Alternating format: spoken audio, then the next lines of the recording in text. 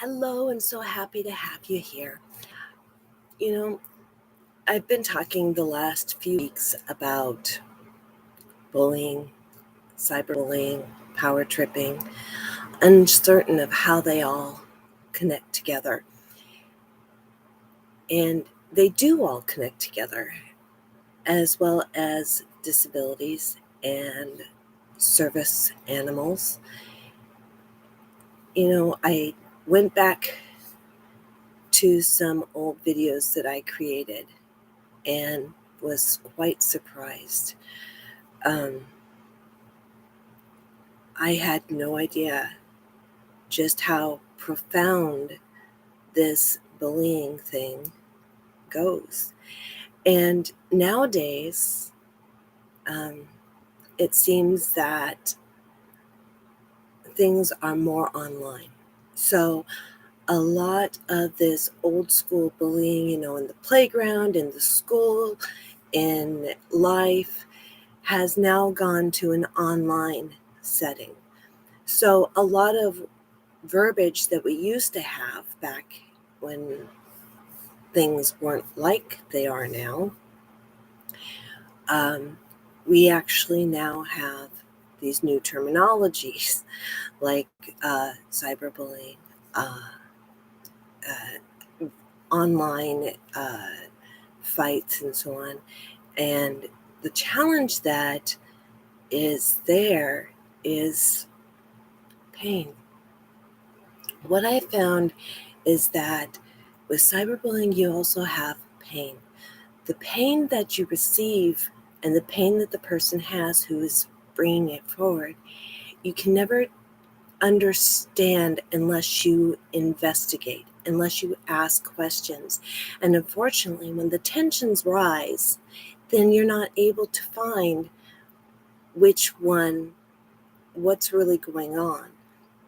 And so today I'm really wanting to address that challenge is the pain that the person is receiving from the bullying is a feeling of wanting to belong, wanting to connect, wanting to develop something. And it can be a wide range of whatever they want to develop. It can be a friendship. It can be just a connection. It can be prayer. It can be just about anything. Unfortunately, the bullying part is that they don't know how to accommodate. They don't know how to open up properly. So they go into attack mode.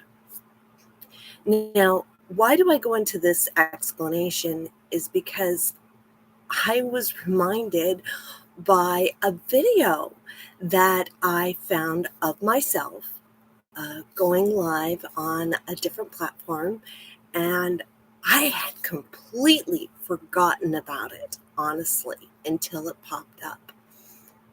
I could not, I was mind blown. I could not believe that I had actually done that. I'm sure that at the time when I made it, I remember the angst that I was feeling, the pain that I was feeling, because I was being judged based on my pocketbook. I was being judged because I didn't have a big pocketbook. And yes, there are some that are bullying because they have a pocketbook that's full and you don't have that same pocketbook. So therefore you're in the wrong because you don't have a big pocketbook. Well, not everybody has a big pocketbook. Not everybody has a big connection setting. And the truth of the matter is that it shouldn't matter how big or small your pocketbook is or how open or closed you are. Just being willing to open up and to work with others. Now, some might say when you're going out there live, as I do, you're being vulnerable. And some have asked me to be vulnerable, and I have been in past videos that I have posted. I've been very vulnerable, both in live and on pre-recorded chats. Now, in that particular case, I was vulnerable in sharing about my service dog because my service dog was super ill and I was being attacked because my service dog was taking precedence over all of these other things. Now, mind you, my pocketbook wasn't big. I was getting help from family to tend to this.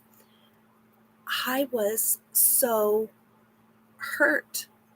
And that's what typically happens, is the person who's being bullied gets hurt.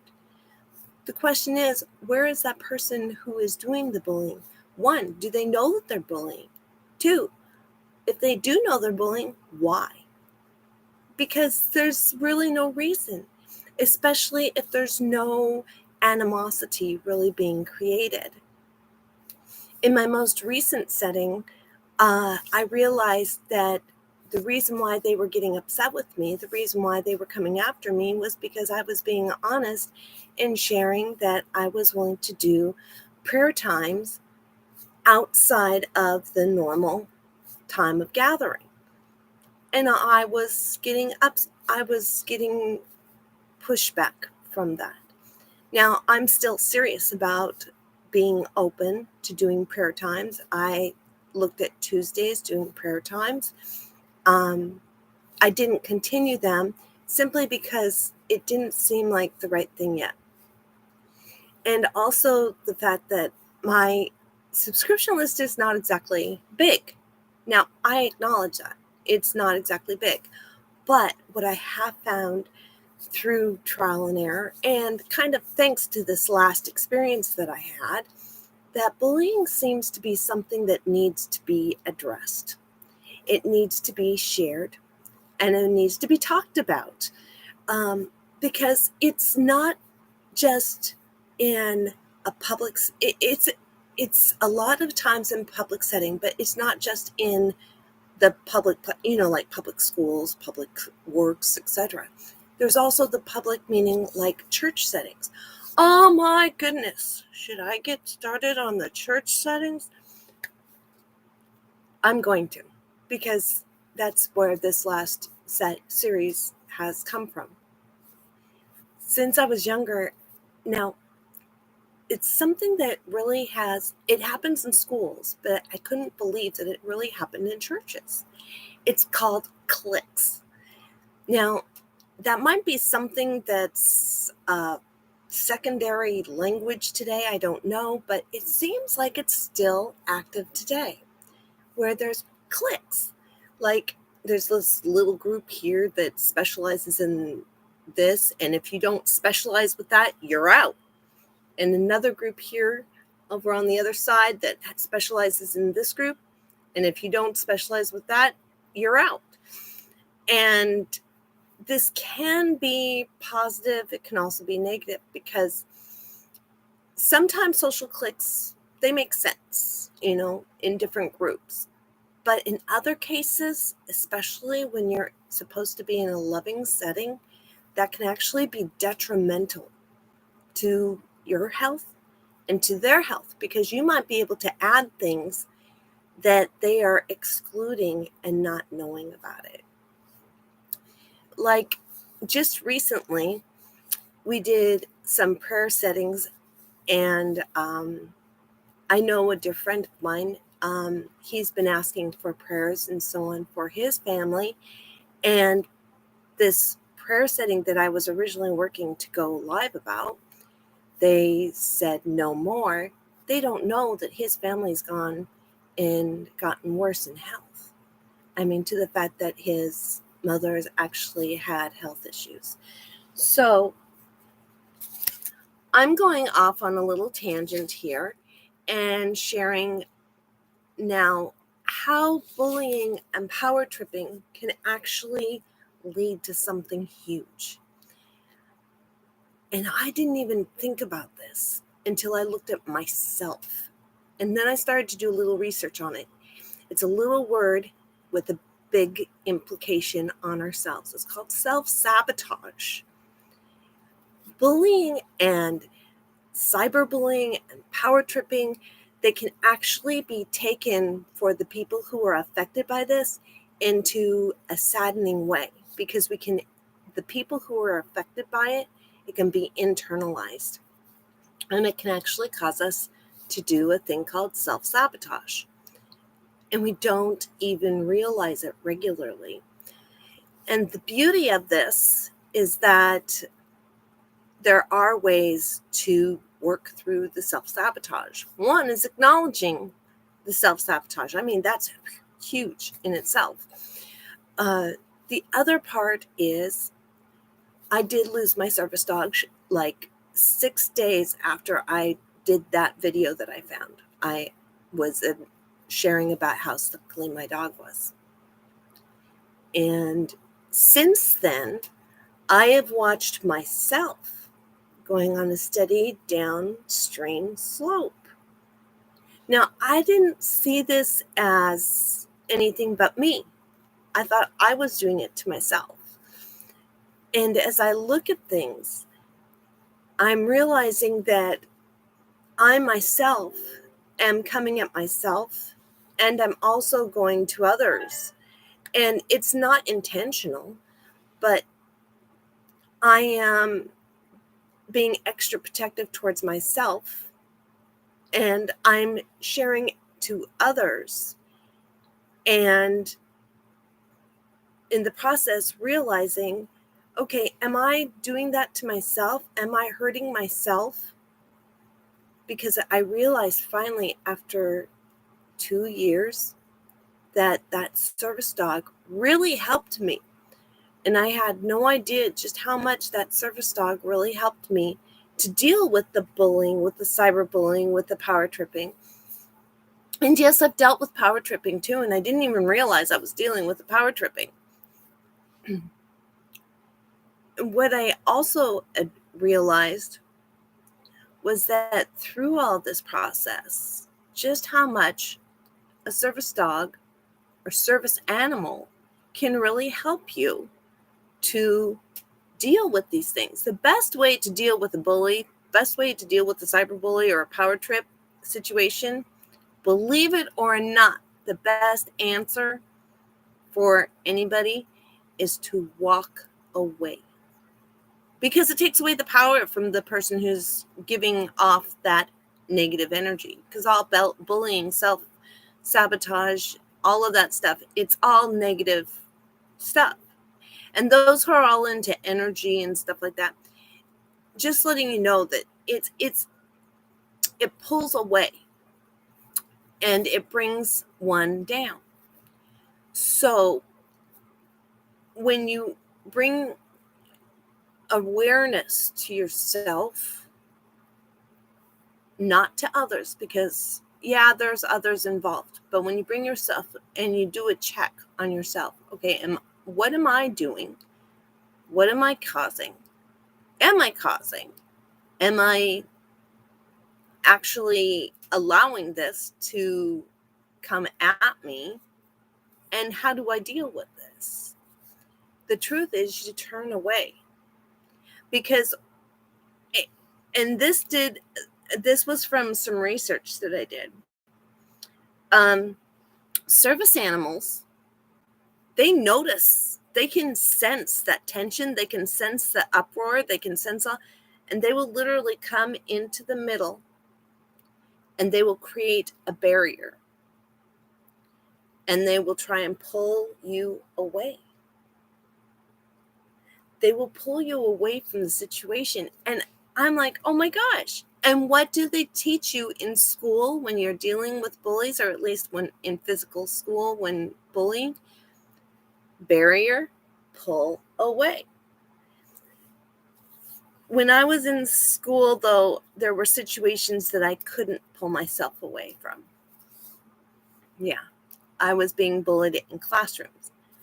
And I wish I could say this was from students, but this was from students and teachers. So it made it harder to pull away. Well, my mom became my service animal, so to speak. She stepped in, she saw the situation, and she pulled me away from the entire situation. Because realistically, what was turning around towards me was self-inflict. I just didn't, I had a bad self-image. I thought, well, who am I? What am I? I'm not even worth dirt based on what everybody here is portraying. And, that can be actually brought through, that can actually be shown through these different experiences that you're dealing with. In bullying is a self-image issue and a self-sabotage issue. And you can get in your own way, not even realizing it. And at the time, I was too young to really see it. But now that I look at it as an adult, I see what she was doing, and she was the only one brave enough, strong enough, and willing enough as a mother to step in and create that barrier. When you have a service dog, they create that barrier. When you have a service animal, they create that barrier. Now, even in the home, you can have those bullying tendencies, especially today. You have these online challenges. They can create that barrier and warn you, hey, you need to back off. And I didn't even think about it like that. I didn't really even realize how much service dogs, service animals can really make a difference in your life. I realized through the process, and this has been a process, this has been a very long process for me, because I thought, in school you deal with bullies all the time. That's just a part of the nature of the beast, and then you get into school, you go from school, which is basically training for any education, training for any education to go into any profession. You go from bullying to cyberbullying to power tripping. Now, the thing is, though, you can deal with power tripping even in your younger years and not even realize it, because power tripping is simply a power play. They've got strength, you don't. So they get in the middle and they put a block. So what I'm trying to say here is that I didn't realize how much I have dealt with these things and how much of a steady decline there was, that I came back and stated that I now realize I need another service animal, another service dog. So I've been in the search of a service dog. Now, again, service dogs, they're not emotional support dogs. We have got a lot of confusion in society about the difference. One is protected by federal law, the other one is not. And people have confused my situation with stating that, it's an emotional support dog or it's a service dog. No, I actually need a service dog. And a lot of it, there is training involved. And I did train my last dog. And what you train them for is your particular needs. And what I've noticed that in these bullying situations, cyberbullying situations, there is usually some form of challenge, some form of disability, some form of issue going on. And they can usually detect what's going on before you even realize what's really going on, and they can put a barrier in there, and they can actually help you, not with them, but with you, because the whole point is they're there to help you through your issues.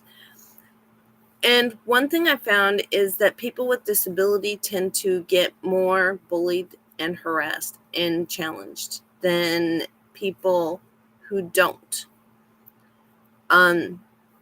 Now, there is a switch to this, because sometimes there are bullies who have issues, mental health issues, that don't realize they have mental health issues, but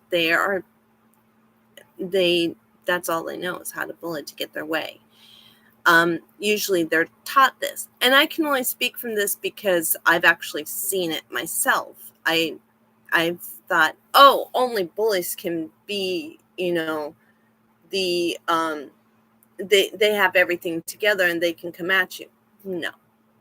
It's it can be in reverse, and it's only because I can go back to relations that I've been in the past where I've seen this actually happen, and it was quite a surprise. So the thing is, though, that a service animal can actually help a bully too. They can help anybody. They don't see the nastiness. They don't see the ugliness. They don't see the challenges. They don't see any of the stuff. They just don't see it. They see you, the person they're working with. They see themselves as being connected to you and working with you to help you through whatever challenges you might be having.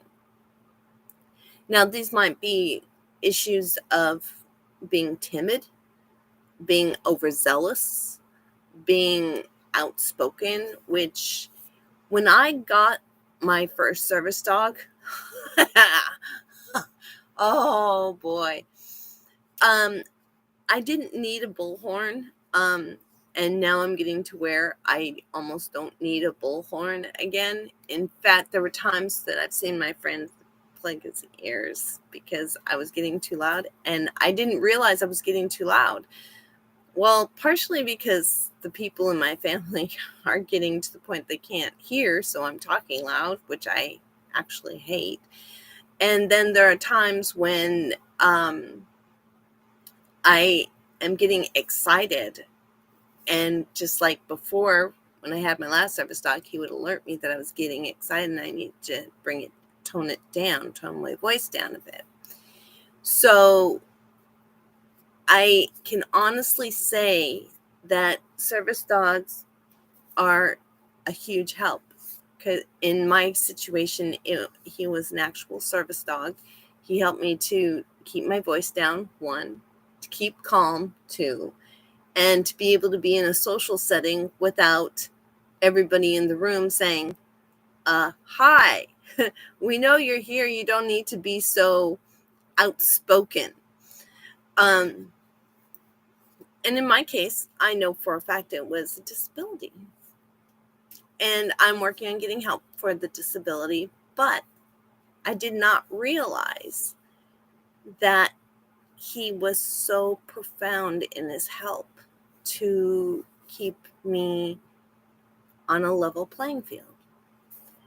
And it makes me wonder, now I don't have proof to this, but it makes me wonder if people who bully, if people who do cyberbully or power trip, if a service dog couldn't help them to really refocus on themselves and switch things up. It's just a thought. I don't have any proof on it as of yet. But what I do have proof of is that I've been approached by the service dog and people that specialize with certifying service dogs, that they want to work with me.